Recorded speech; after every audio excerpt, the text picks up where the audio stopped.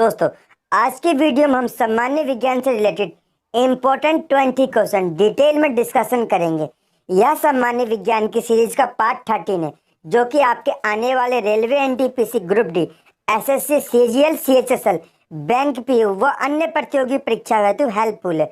दोस्तों, यह क्वेश्चन विभिन्न प्रतियोगी परीक्षाओं में बार बार पूछे जाते हैं तथा बार बार रिपीट होते हैं, इसलिए वीडियो अंत तक जरूर देखिए। आइए स्टार्ट करते हैं। प्रश्न नंबर 1, निम्नलिखित में से मानव शरीर में अधिकतम मात्रा में पाया जाने वाला तत्व होता है। तो दोस्तों, निम्नलिखित में से कैल्शियम मानव शरीर में अधिकतम मात्रा में पाया जाने वाला तत्व होता है, यानी इसका ऑप्शन नंबर डी ठीक हो जाएगा। दोस्तों, मानव शरीर में मुख्य रूप से 6 तत्व पाए जाते हैं। कौन कौन से तत्व हैं? पहला ऑक्सीजन, दूसरा कार्बन, तीसरा हाइड्रोजन, चौथा नाइट्रोजन, पांचवा कैल्शियम और छठा जो है फास्फोरस है।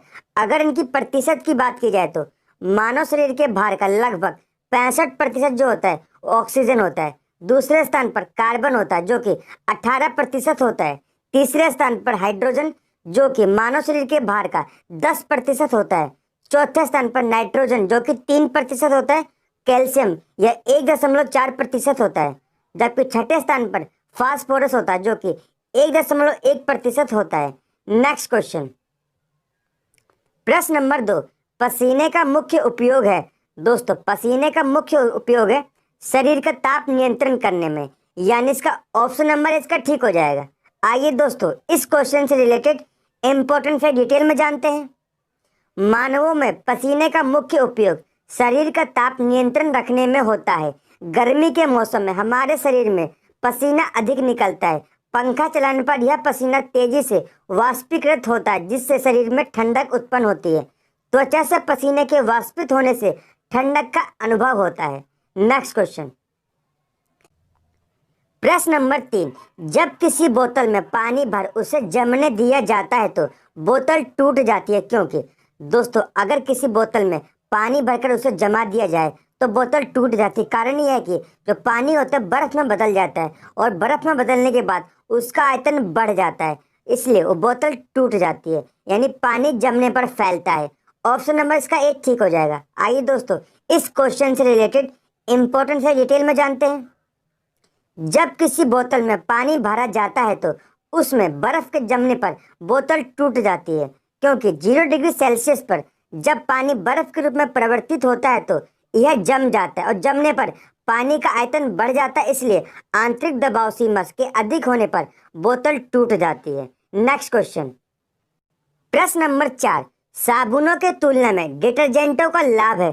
दोस्तों, किसी भी साबुन की तुलना में जो डिटर्जेंट का लाभ होता है, ये डिटर्जेंट जो होते हैं कठोर जल में भी प्रश्न नंबर 4, साबुनों की तुलना में डिटर्जेंटों का लाभ है। दोस्तों, साबुन की तुलना में डिटर्जेंट का लाभ यह होता है कि यह कठोर जल में भी झाग देते हैं, यानी इसका ऑप्शन नंबर सी इसका ठीक हो जाएगा। नेक्स्ट क्वेश्चन, प्रश्न नंबर 5, दीर्घ रेडियो तरंग यानी लॉन्ग रेडियो वेव्स पृथ्वी के किस मंडल से परिवर्तित होती हैं? दोस्तों, लॉन्ग रेडियो वेव्स पृथ्वी के आयन मंडल से परिवर्तित होती हैं, यानी इसका ऑप्शन नंबर डी इसका ठीक हो जाएगा। दोस्तों, दीर्घ रेडियो तरंग यानी लॉन्ग रेडियो वेव्स पृथ्वी के आयन मंडल यानी आयनोस्फीयर से परिवर्तित होकर पृथ्वी पर वापस आती हैं। यह मंडल 80 से लेकर 400 किलोमीटर की ऊंचाई के मध्य स्थित है। यहाँ की जो हवाएं होती हैं ये विद्युत आवेशित होती हैं। नेक्स्ट क्वेश्चन, प्रश्न नंबर 6, ध्वनि का वेग अधिकतम होता है। तो दोस्तों, ध्वनि का वेग अधिकतम होता है धातुओं में, यानी इसका ऑप्शन नंबर डी इसका ठीक हो जाएगा। ध्वनि की गति भिन्न भिन्न माध्यमों में अलग अलग होती है। ठोसों में ध्वनि की गति सर्वाधिक, जबकि गैसों में ध्वनि की गति न्यूनतम होती है। सामान्य ताप व दाब पर वायु में ध्वनि का वेग लगभग 332 मीटर प्रति सेकंड होता है। ध्वनि का वेग माध्यम के घनत्व पर निर्भर करता है, यानी जैसा माध्यम होगा तो ध्वनि की गति वैसे ही होती है। जिस माध्यम का घनत्व अधिक होगा उसमें ध्वनि की चाल भी अधिक होगी। नेक्स्ट क्वेश्चन, प्रश्न नंबर 7, भारत में भारी जल बनाया जाता है। दोस्तों, भारत में भारी जल तांबे में बनाया जाता है, यानी इसका ऑप्शन नंबर सी इसका ठीक हो जाएगा। दोस्तों, भारत में भारी जल के उत्पादन की जिम्मेदारी मुंबई में स्थित भारी जल बोर्ड यानी हैवी वाटर बोर्ड की है। भारी जल का उपयोग नाभिकीय रिएक्टर में किया जाता है।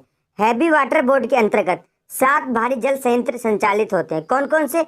बड़ौदा, हजारी, कोटा, मुनगुरु, तालचेर, तूतीकोरिन तथा थाल इत्यादि 7 जो भारी जल संयंत्र है ये भारी जल बोर्ड यानी हेवी वाटर बोर्ड के अंतर्गत कार्यरत है।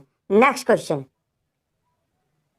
प्रश्न नंबर 8, परमाणु के न्यूक्लियस में पाए जाने वाले मूल कण कौन से हैं? दोस्तों, परमाणु के न्यूक्लियस में मूलतः प्रोटॉन और न्यूट्रॉन पाए जाते हैं, यानी इसका ऑप्शन नंबर सी इसका ठीक हो जाएगा।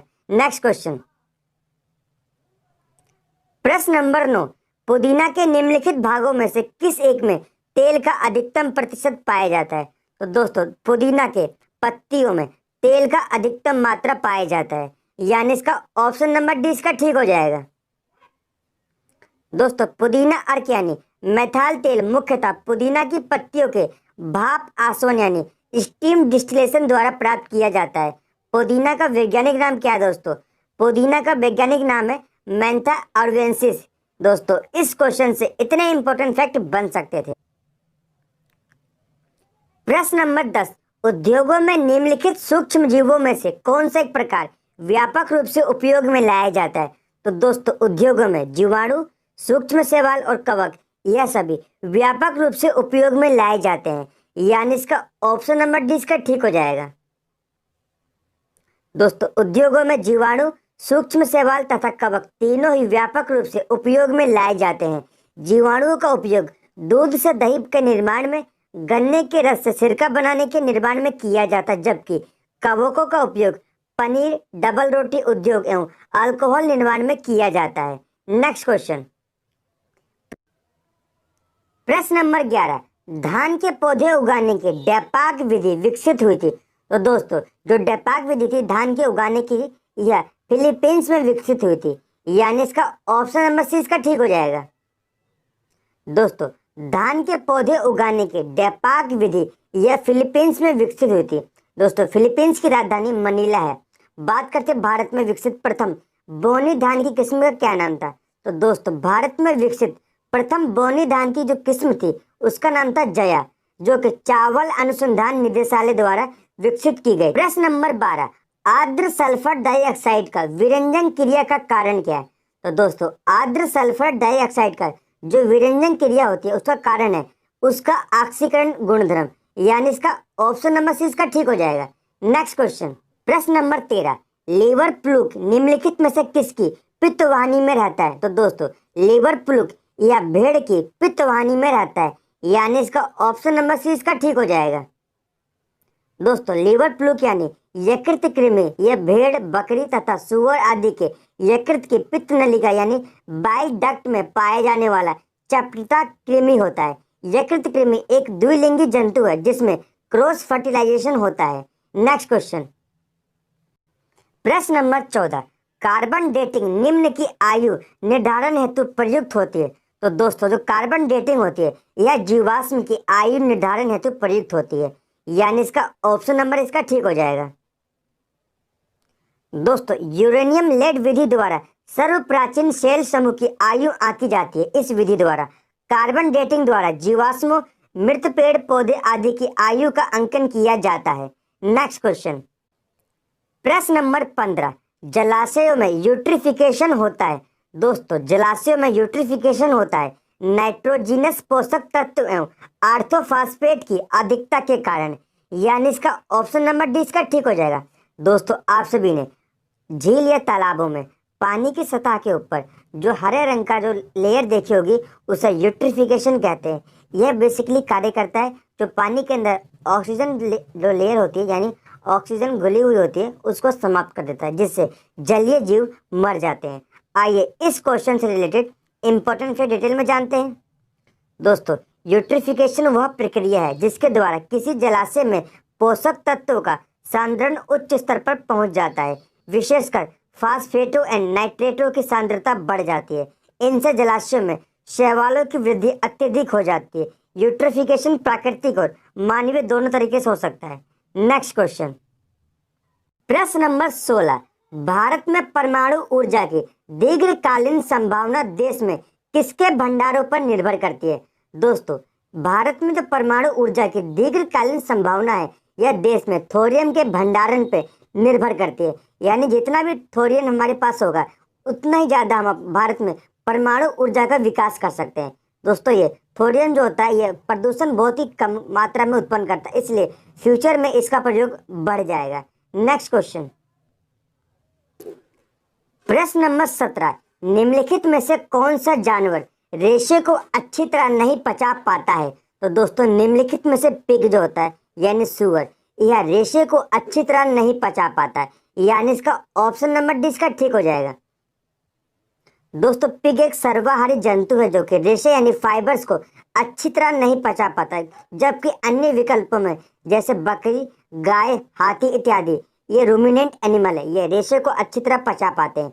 रूमिनेंट एनिमल, इनके शरीर में कुछ ऐसे जीवाणु होते हैं जो कि रेशे को पचाने के लिए एंजाइम्स का श्रवण करते हैं। नेक्स्ट क्वेश्चन, प्रश्न नंबर 18, निम्नलिखित में से कौन सा टमाटर के लाल रंग के लिए उत्तरदायी है? दोस्तों, टमाटर के लाल रंग के लिए उत्तरदायी है लाइकोपीन, यानी इसका ऑप्शन नंबर इसका ठीक हो जाएगा।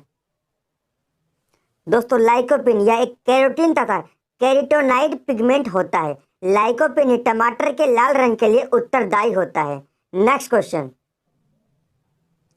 प्रश्न नंबर 19, रॉबर्ट वेबस्टर निम्नलिखित में से कौन से क्षेत्र में अपने कार्य के लिए जाने जाते हैं? दोस्तों, रॉबर्ट वेबस्टर इन्फ्लुएंजा वायरस के क्षेत्र में कार्य के लिए जाने जाते हैं, यानी इसका ऑप्शन नंबर इसका ठीक हो जाएगा।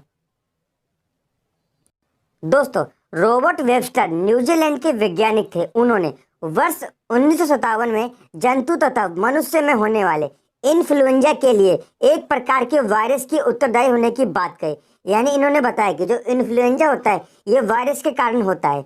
इन्होंने इन्फ्लुएंजा पर 50 से अधिक वर्ष तक कार्य किया। इस अवधि में इन्होंने इन्फ्लुएंजा वायरस यानी H3N1 की पहचान की, उसे अलग किया तथा इसके टीके के विकास के लिए कई अनुसंधान कार्य। प्रश्न नंबर 20, निम्नलिखित में से कौन सी गैस फुटबॉल के ब्लैडर से सबसे जल्दी बाहर निकलेगी? तो दोस्तों, जो हाइड्रोजन होती है यह फुटबॉल के ब्लैडर से सबसे जल्दी बाहर निकल जाएगी, यानी इसका ऑप्शन नंबर 20 का ठीक हो जाएगा।